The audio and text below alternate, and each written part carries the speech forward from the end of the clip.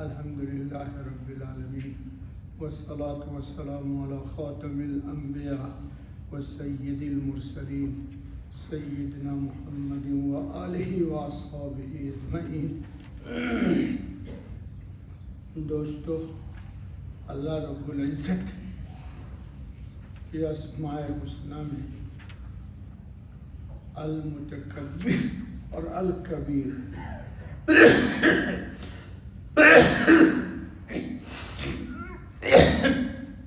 درس کئی روز سے ہو رہا ہے، تکبر سے کیسے بچا جائے، اور یہ بڑی خطرناک چیز ہے۔ میں نے مختصر بتا دیا تھا دوستو کہ انا کو فنا کرنے کا نام تکبر ہے۔ انا کیا ہے دوستو؟ میں گیا تو اس کا یہ کام ہو گیا، میں نہیں جاتا تو اس کا کام نہیں ہوتا، یہ تکبر کی دلیل ہے۔ ٹھیک ہے، تو انسان کو تکبر سے بچنا چاہیے۔ میں نے پہلے روز بتا دیا تھا کہ کام اللہ نے آپ سے لیا ہے تو اللہ کی طرف نسبت کر دیجیے۔ اللہ نے چاہا تو اس کام کے لیے مجھے توفیق دی اور اللہ نے کام لیا۔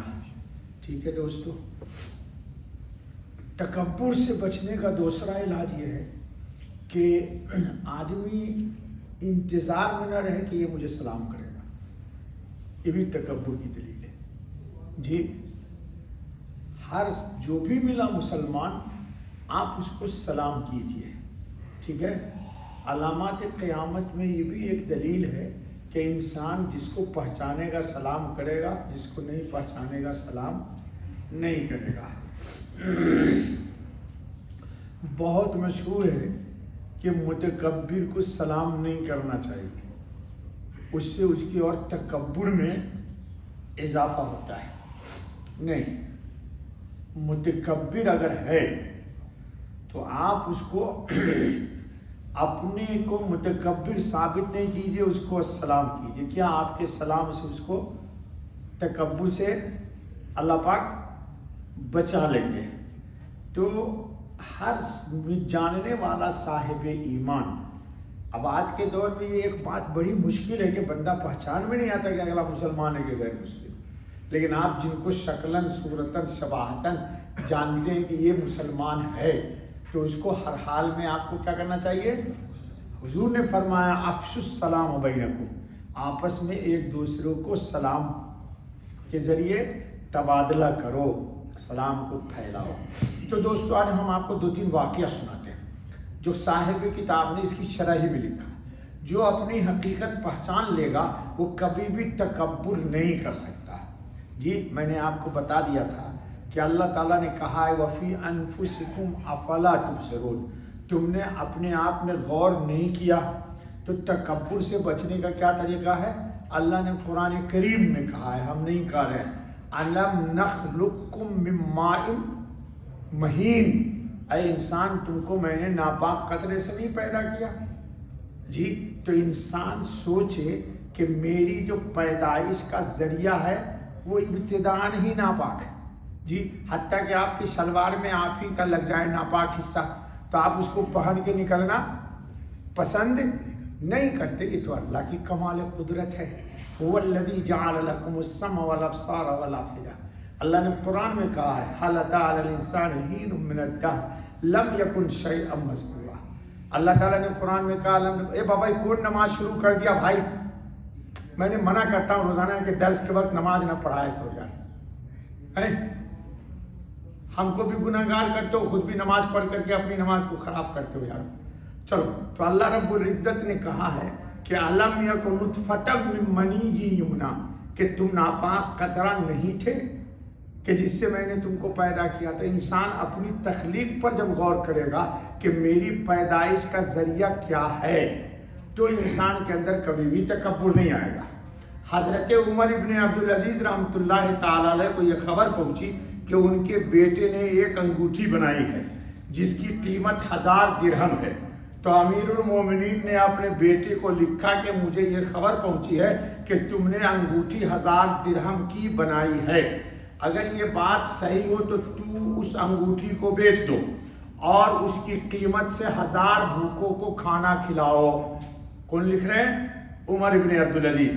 اور اس کے بدلے ایک سادی لوہے کی انگوٹھی بنا لو اور اس انگوٹھی پر یہ عبارت لکھ دو: رحم اللہ امرأن عرف قدر نفسہ.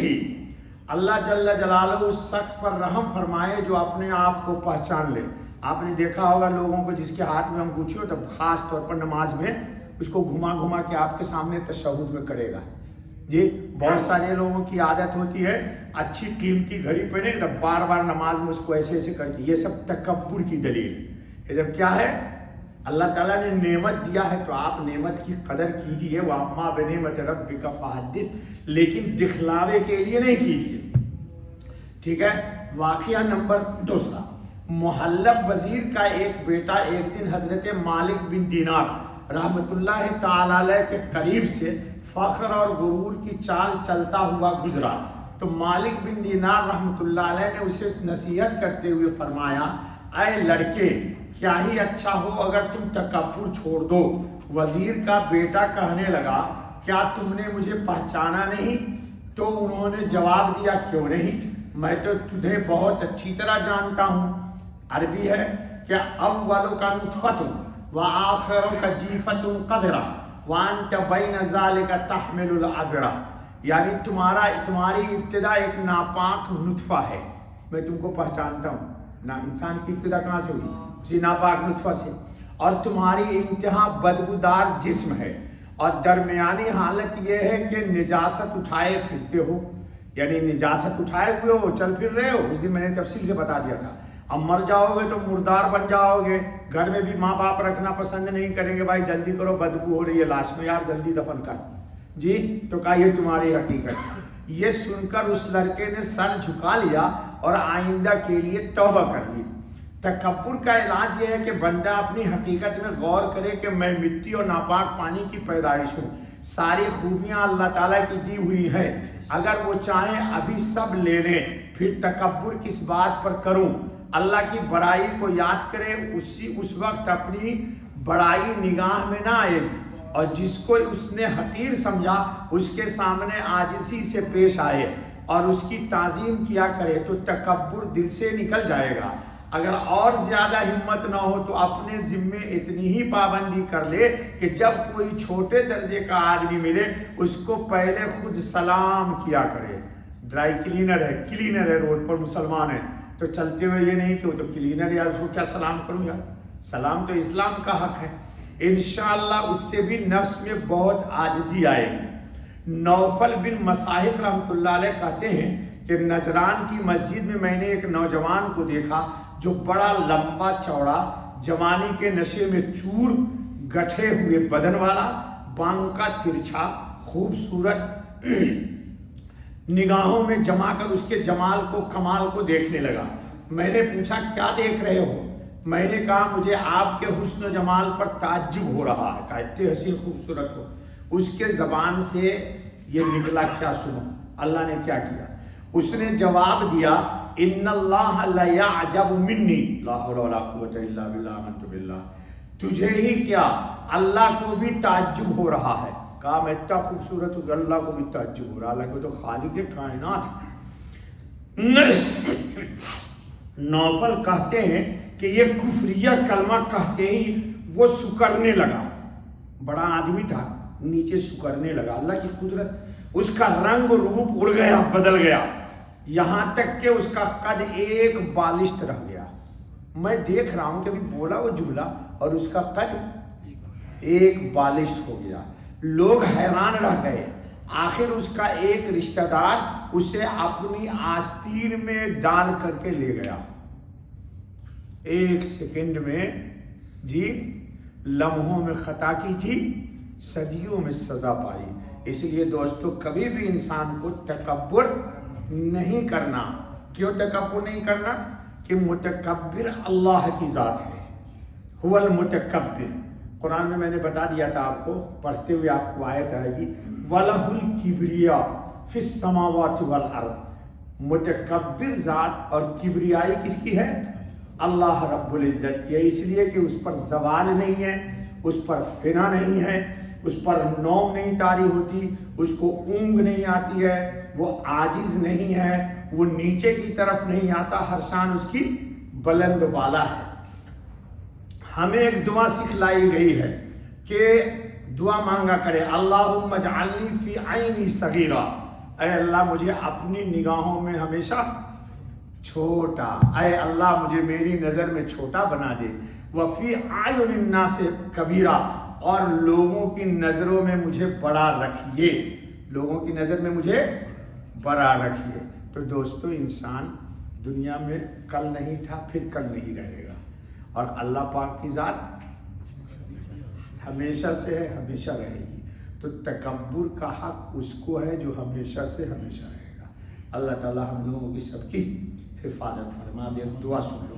سعد ابن ابی وقاص سے روایت ہے کہ ایک دیہاتی رسول اللہ خاتم النبیین صلی اللہ علیہ وسلم کی خدمت میں حاضر ہو کر عرض کیا کہ مجھے کوئی ایسا کلام سکھلا دیجئے جس کو میں پڑھتا رہوں۔